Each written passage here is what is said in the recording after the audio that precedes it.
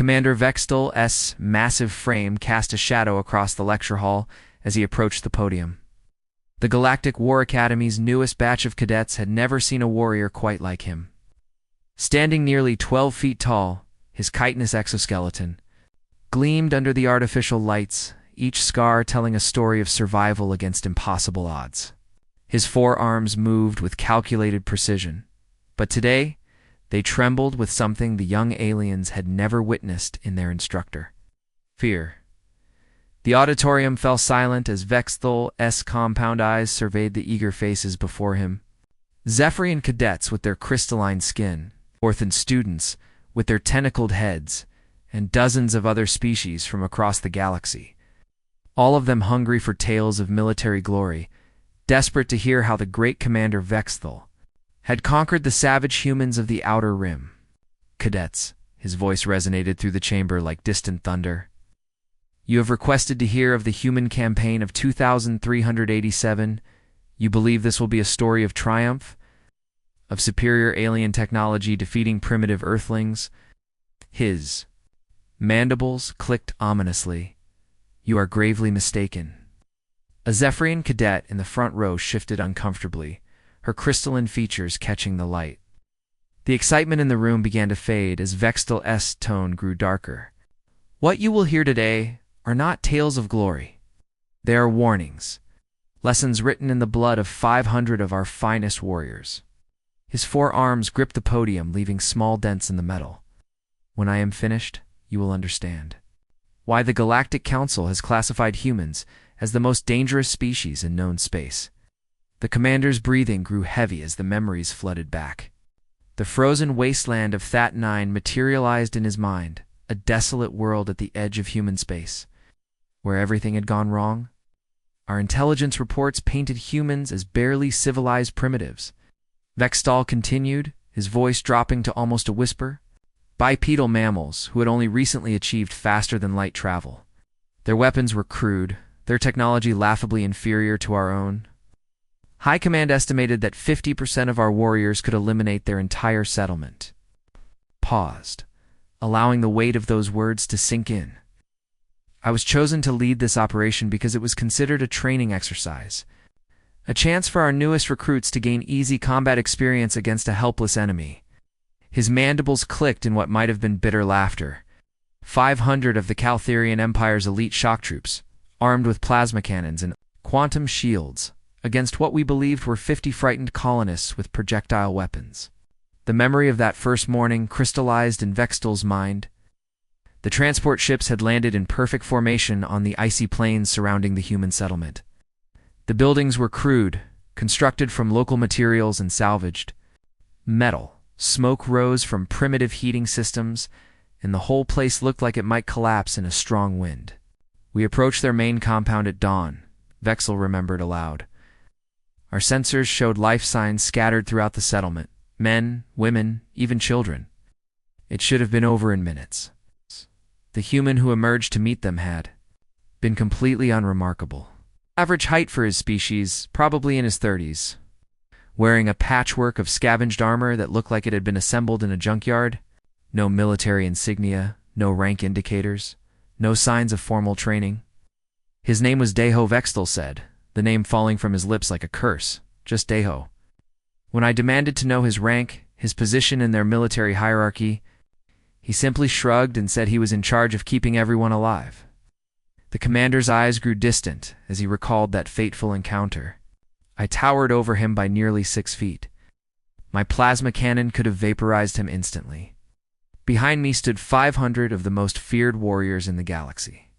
And this human, this insignificant little mammal, he smiled at me. Several cadets exchanged nervous glances. There was something in their instructor's tone that suggested this smile had been significant. It wasn't the smile of someone trying to appear brave while terrified, Vextel explained. It wasn't the desperate grin of someone hoping to negotiate their way out of certain death. It was the smile of someone who knew something I didn't, something that made him genuinely pleased to see us. The memory sent a chill through the commander's exoskeleton. That smile had been the first warning sign, if only he had been wise enough to recognize it. I gave him the standard ultimatum: surrender unconditionally or face annihilation. His response was to nod politely and ask if we needed a few minutes to get into position. He actually offered to wait while we prepared our attack formation. The assembled cadets sat in stunned silence. The idea of prey offering to help their predators was beyond their comprehension.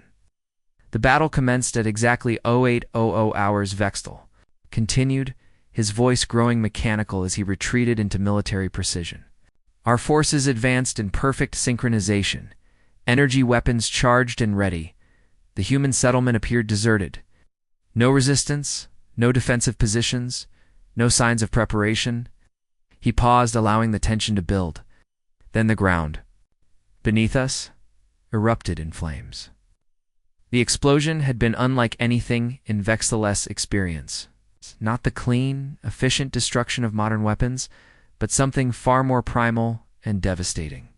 The humans had somehow turned the very earth into a weapon, using crude chemical explosives to create a hell of fire and shrapnel that tore through his perfectly organized formation. In the first 30 seconds, we lost nearly 100 warriors. Vextel admitted, his voice heavy with the weight of command failure. But that was just the opening move. From the smoke and chaos had emerged the most terrifying sight of Vextel's military career. A human female moving through the battlefield like death itself had taken physical form. Hay-One, as he would later learn, carried a weapon that shouldn't have been able to penetrate Caltharian armor, yet somehow each shot found its mark with surgical precision. She moved like liquid shadow through our ranks, Vextel whispered, his forearms unconsciously moving to old wounds. Every step calculated, every shot perfectly placed. In minutes, she had eliminated an entire squad of our best soldiers. The retreat had been inevitable, but even in defeat, the humans had taught them one final, terrifying lesson. As the surviving Caltharian forces fled across the frozen wasteland, Vextel had heard Deho's voice crackling through intercepted communications, calmly dictating observations about alien tactics, weapon effectiveness, and psychological responses to their unconventional warfare. They weren't trying to win, Vextel concluded, his voice barely audible in the silent auditorium. They were trying to learn. And that, cadets, was when I realized we weren't fighting soldiers. We were fighting something far more dangerous. We were fighting teachers who used warfare as their classroom. The defeat at Thatnine should have been the end of human resistance. But the Galactic Alliance had gravely underestimated their enemy. 3 months after that disaster, Vextel found himself standing on the bridge of the massive dreadnought Sovereign's Wrath, staring at a sight that filled him with dread, Crimson Station hanging in the void like a metal fortress among the asteroids. This time will be different, Admiral Kethfer had assured the assembled commanders. No more underestimating these primitives. We bring overwhelming force. The statistics were staggering. 10,000 elite troops from 6 different species surrounded the ancient mining station. Caltharian shock troops, Zephyrian void hunters, Vorthan psych warriors, and 3 other species known for their military prowess. The humans inside numbered barely 300 according to their intelligence reports. It should have been a slaughter, Vextel told his cadets, his voice heavy with memory. We had orbital bombardment platforms, quantum siege engines, and enough firepower to crack a small moon. The humans had an old mining station held together with salvaged parts and hope. The siege began with standard protocol. Cut off all supply routes, jam communications, and wait for surrender. The Galactic Alliance had perfected this strategy over centuries of warfare. No species could withstand complete isolation for more. Then a few days, the humans lasted 47 days. On the first day, we intercepted their internal communications, Vextel continued. Their coordinator was a man named Kunsek.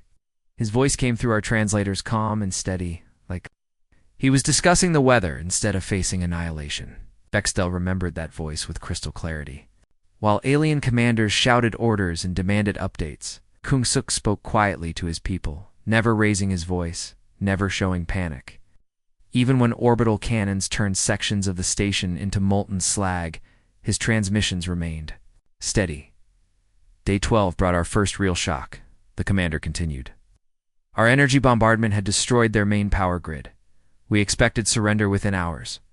Instead, we detected them rebuilding their defenses, using nothing but mining equipment and spare parts. The humans had done the impossible. When their advanced weapons failed, they had torn apart industrial machinery and rebuilt it into defensive systems, or processors became kinetic cannons. Atmospheric recyclers were converted into chemical weapon dispensers. Even their emergency lighting was rewired to create blinding strobes that disrupted alien targeting systems. Their engineering capabilities were beyond anything in our military manuals, Vextel admitted. A human named Jin Wu had taken a cargo elevator and somehow turned it into a railgun that could punch through our battle armor. They were literally beating our advanced technology with jury-rigged mining tools. Psychological warfare had been equally disturbing. Human voices would echo through the station's corridors, singing songs in their native language.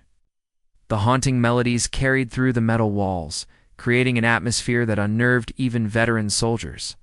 It wasn't random noise, it was coordinated, purposeful. It's designed to get inside their attackers' heads. Week 3 brought horrors that still haunted Vextel's dreams. The Alliance forces had finally breached the outer defensive perimeter, expecting to find broken, starving humans ready to surrender. Instead, they discovered something far more terrifying. We found a human female named Biora in what had been the station's medical bay. Vextel's voice dropped to barely above a whisper. She had taken a plasma shot directly to the chest. The wound was fatal. I had seen similar injuries kill Caltharian warriors in minutes. The image was burned into his memory. Biora, sitting against a blood-stained wall.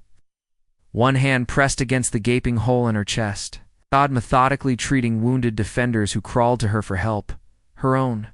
Blood mixed with the medical supplies scattered around her, but her hands never stopped moving. She looked up at us when we entered, Vexel continued, and smiled the same way Deho had smiled on Thatanine. Then she calmly finished bandaging another human's arm before collapsing. But the real nightmare began during the final assault. On day 7, Alliance forces had broken through the last defensive barriers and were sweeping through the station's core. Victory seemed certain until they encountered something that defied every law of biology they knew. We found bodies scattered throughout the corridors, Vexel explained, his forearms unconsciously moving to defensive positions. Humans who had clearly died in the fighting, no heartbeat, no brain activity, no vital signs whatsoever. Our medics confirmed they were corpses. The assault teams had stepped over these bodies, focusing on the living defenders ahead. Standard military protocol dictated that the dead posed no threat. The humans had different rules. A soldier named Taejon had been lying motionless for over an hour. Vexel's voice trembled with the memory. Our scanners showed no life signs.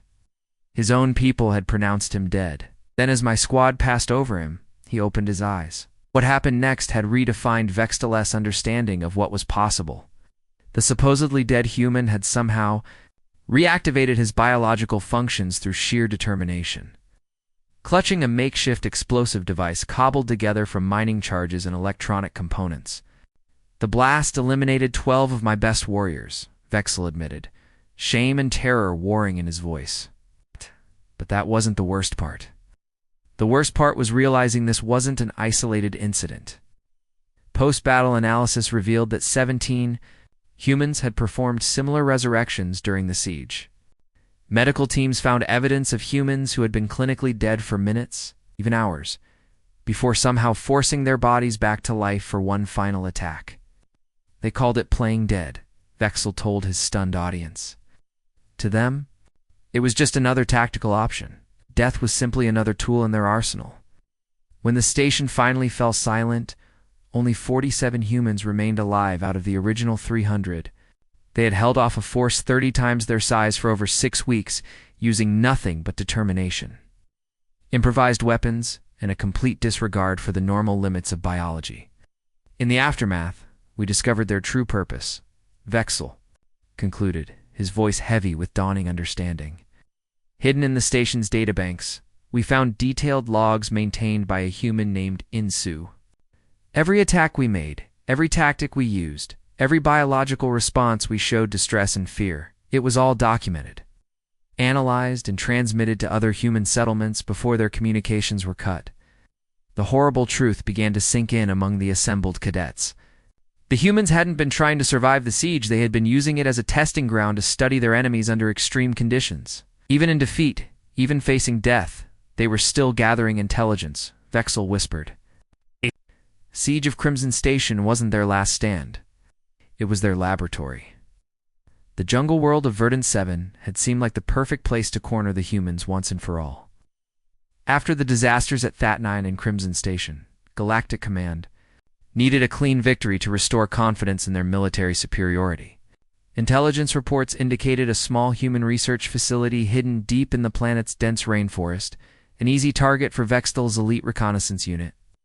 30 of our finest warriors, Vextel told his cadets, his compound eyes reflecting the painful memories. Each one, a veteran of a dozen campaigns, trained in stealth operations and jungle warfare. We had adaptive camouflage energy weapons that could slice through trees, and sensors that could detect a heartbeat from 2 kilometers away. The dropships had delivered them at the forest's edge under cover of darkness. The mission parameters were simple. Locate the human facility, gather intelligence, and eliminate all personnel. Standard operating procedure for special forces throughout the galaxy. The jungle was unlike anything we had encountered, Vexel continued, his voice growing distant. 300-foot trees blocked out the sun, creating a green twilight. That played tricks with our vision. The air was thick with humidity and strange scents that confused our chemical sensors. Zefker had been their point scout, a Caltharian whose tracking abilities were legendary throughout the Empire. His natural camouflage could blend seamlessly with any environment, and his enhanced senses could detect enemies long before they knew they were being hunted. He had never lost a target, never missed a trail, never failed to bring his unit safely through hostile territory. We found him on our second day in the jungle. Vextel's voice dropped to a whisper, suspended from a massive tree branch 40 feet above the ground, a simple wooden arrow protruding from his throat. The weapon that had killed their best tracker was almost insultingly primitive. Hand-carved wood, tipped with sharpened metal, fired from what appeared to be a crude bow constructed from jungle vines and salvaged materials. No energy signature, no advanced targeting systems, no technology more sophisticated than what humans had used thousands of years ago. The arrow had been fired with impossible accuracy, Vextel explained. Through dense foliage, in poor lighting, at extreme range, whoever killed Zefker had skills that surpassed our best marksmen using advanced targeting computers. That was when they realized they weren't alone in the jungle. Someone had been watching them, studying their movements, learning their patterns. The hunter had become the hunted. His name was Wujin, Vextel said, the name falling from his mandibles like a curse. Later intelligence revealed he had been tracking our dropships from the moment they entered the planet's atmosphere. He knew where we would land, which routes we would take, even how we would react to finding our dead scout. The next 3 days became a nightmare of carefully orchestrated terror.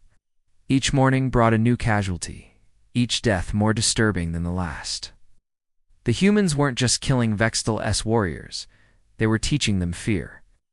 On day 3, Krelthax triggered a trap that defied everything we knew about jungle warfare, Vextel continued, his exoskeleton clicking nervously.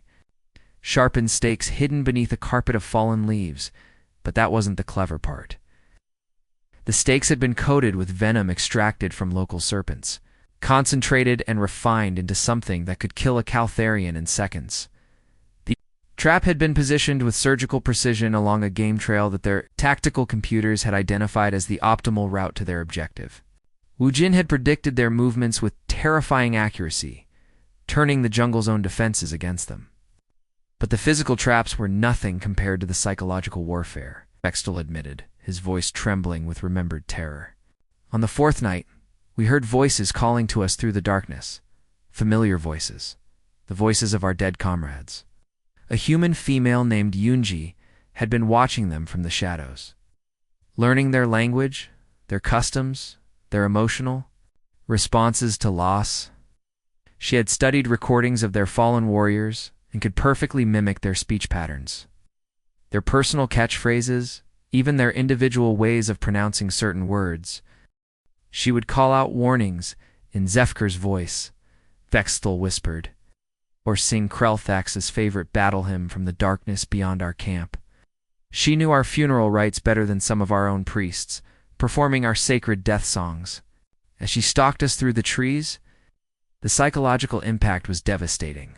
Hardened warriors who had faced plasma cannons and particle beams without flinching found themselves jumping at shadows, afraid to sleep, unable to trust their own senses.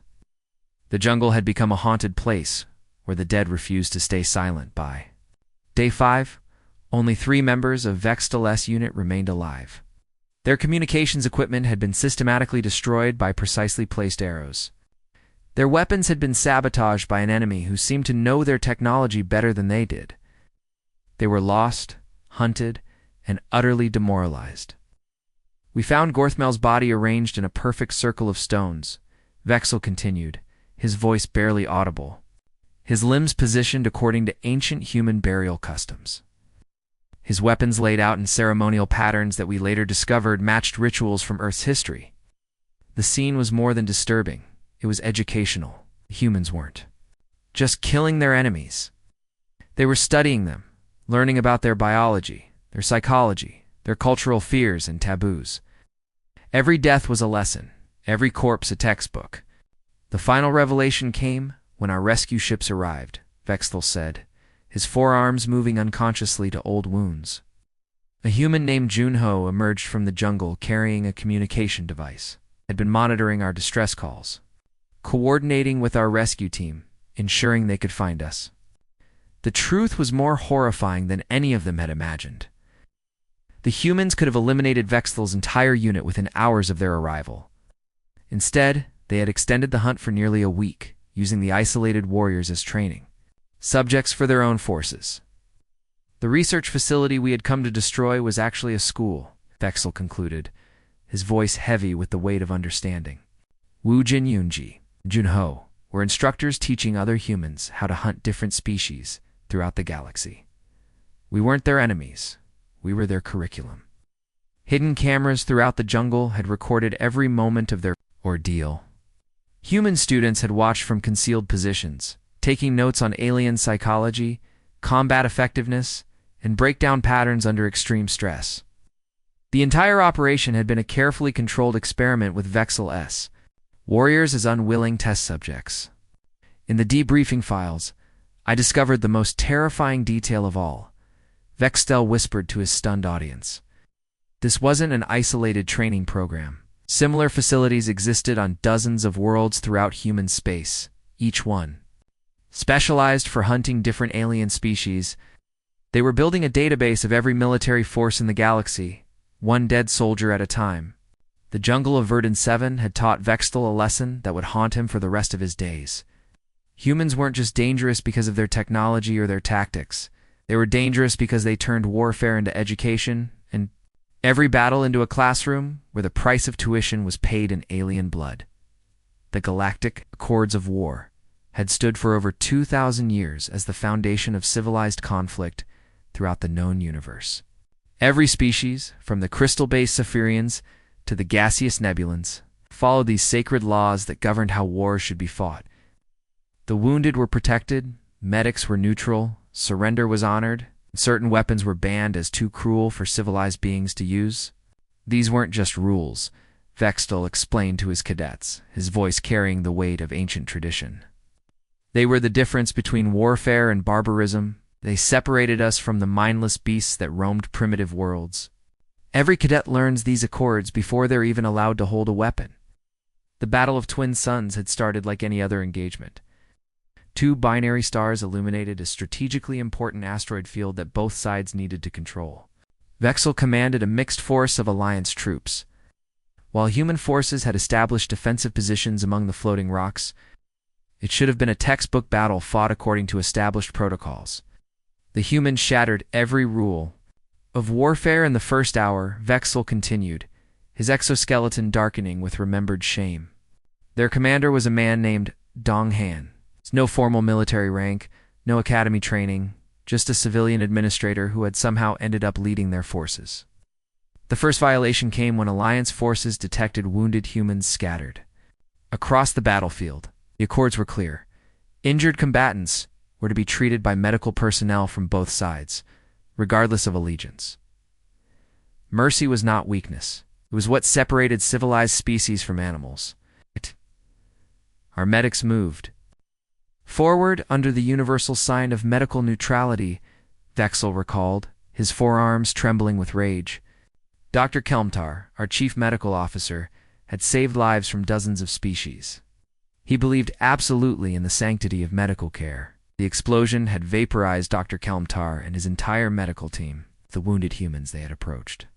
To help were already dead, their bodies rigged with crude but effective explosive devices. Dong Haiyan had turned the most sacred law of warfare into a trap, using his own fallen soldiers as bait. 37 medical personnel died in that first violation.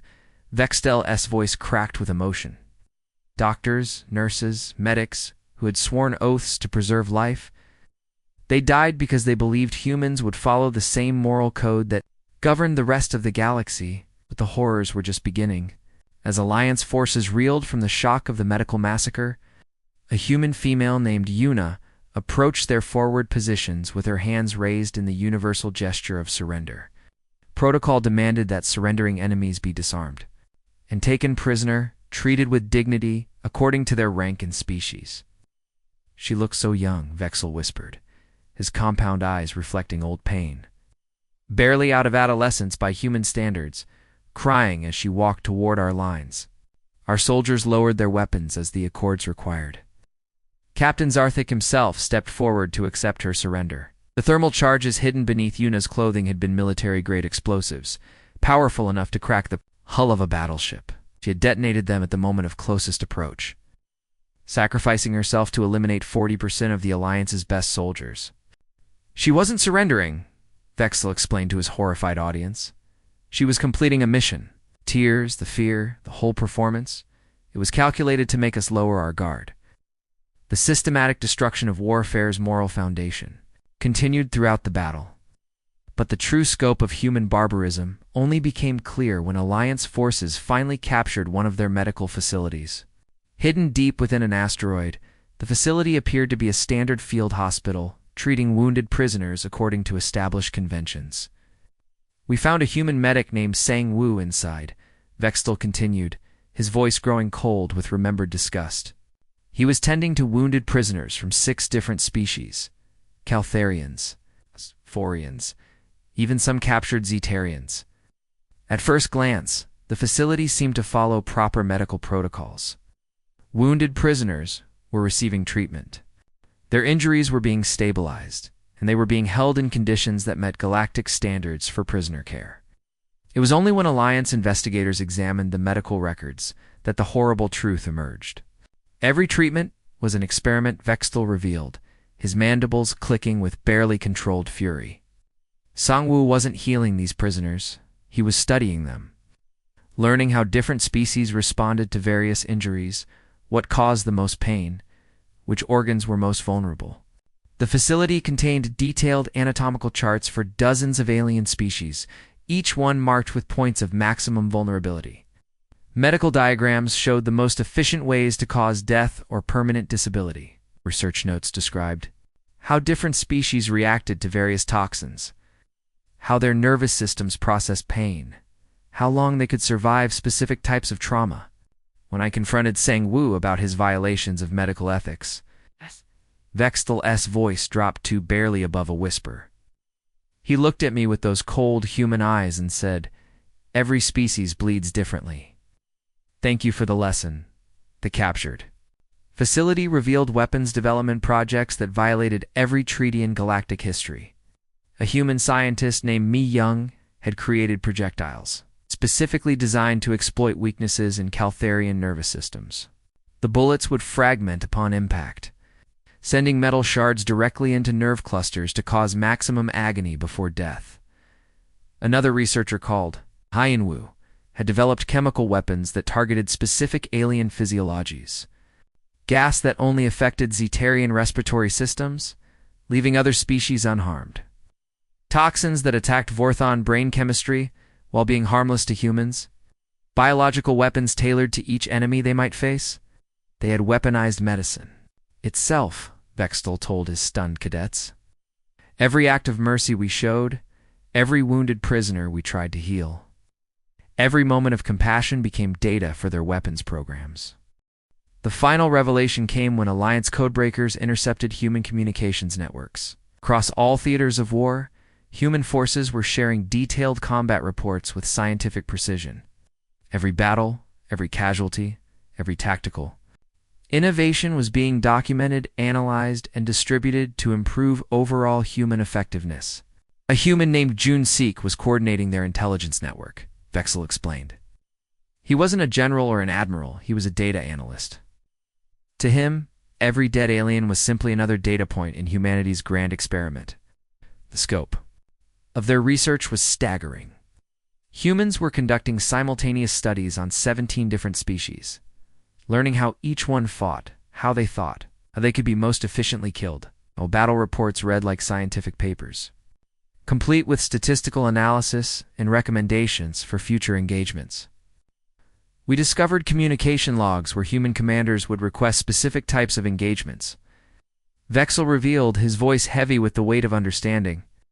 They would ask for battles against Caltharian heavy infantry to test, new armor-piercing rounds, or request encounters with Zephyrian pilots to study their reaction times under stress.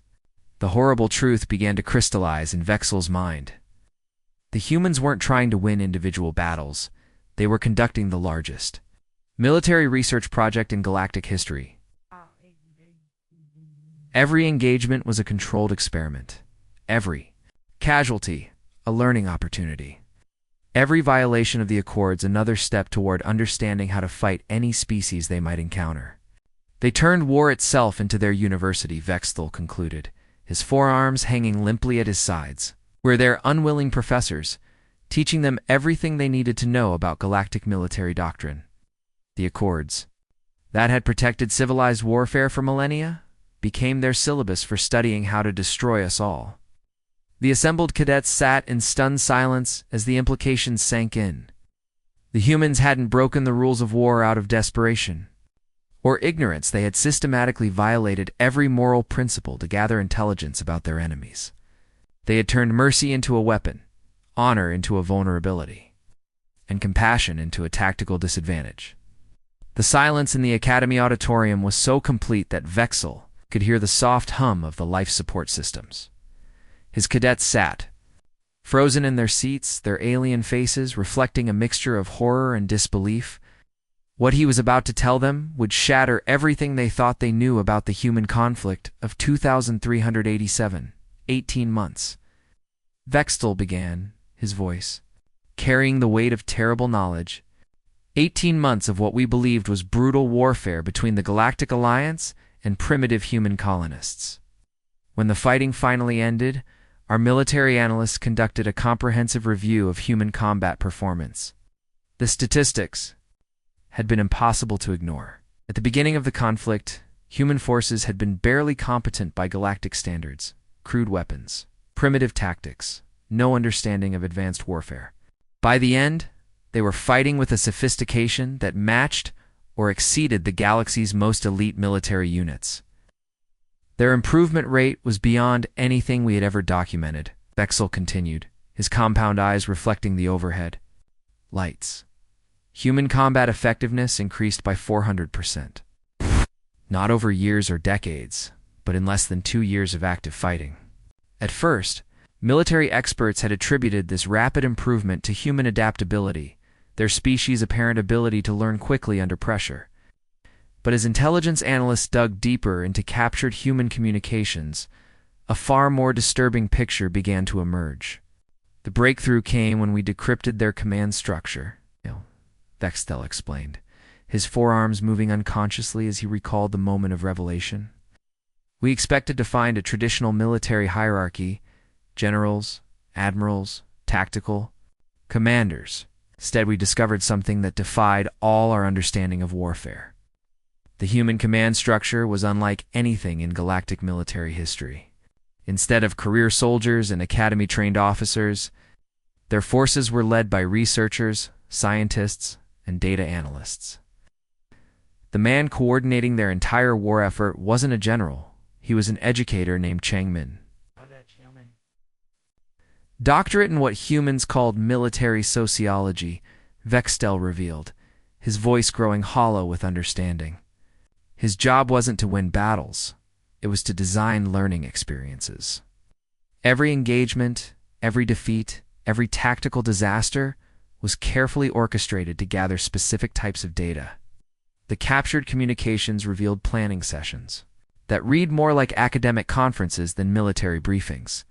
Human commanders would discuss which alien species they needed to study next, which combat scenarios would provide the most educational value, which defeats would teach them the most about enemy psychology. We found recorded conversations where Changmin would assign different human units to deliberately lose battles in specific ways. Vextel continued, his mandibles clicking with nervous energy. He wanted to see how Caltharian forces celebrated victory, how Zephyrian commanders made tactical decisions when they thought they were winning, how different species treated prisoners when they felt completely dominant. The most disturbing revelation came from the personal logs of a human female named Soyoung. Her unit had been tasked with what appeared to be a series of desperate last stands against overwhelming odds. Intelligence analysts had initially interpreted these as heroic, but doomed attempts to slow the Alliance advance. Soyoung's private recordings told a different story. Vextel whispered, his voice barely audible in the silent auditorium. She was deliberately positioning her forces to lose in ways that would provoke specific responses from different alien species. She was studying our victory celebrations, our post-battle protocols, our moment of greatest weakness when we thought we were completely safe. The scope of the human deception was staggering. Battles that the Alliance had celebrated as decisive victories were actually carefully controlled experiments. Defeats that had seemed like desperate last stands were data collection exercises. The entire war had been one massive research project with the galaxy's finest military forces as unwitting test subjects. The peace negotiations should have been our moment of triumph, Vextel continued, his voice growing harder with each word. We had suffered terrible losses, but we had ultimately forced the humans to seek terms. The Galactic Council prepared for standard surrender negotiations, territorial concessions, reparations, restrictions on human military development. Instead, the human delegation had arrived with something unprecedented in galactic diplomatic history. Their lead negotiator, a man named Jae-Sung, had presented the Alliance with a comprehensive analysis of 17 different species combat doctrines, psychological profiles, and tactical weaknesses. Jae-Sung thanked us, Vextel said, his voice cracking with the memory. He actually thanked us for our participation in what he called the learning process. He presented bound volumes of research data as gifts to the Alliance commanders, like a student presenting his final thesis to his professors. The documents had been terrifying in their thoroughness. Detailed breakdowns of how each species fought, what motivated their warriors, what psychological pressure points could be exploited to break their morale. Technical specifications for weapons that could exploit specific alien physiologies. Manuals for fighting in different environments against different combinations of enemy forces.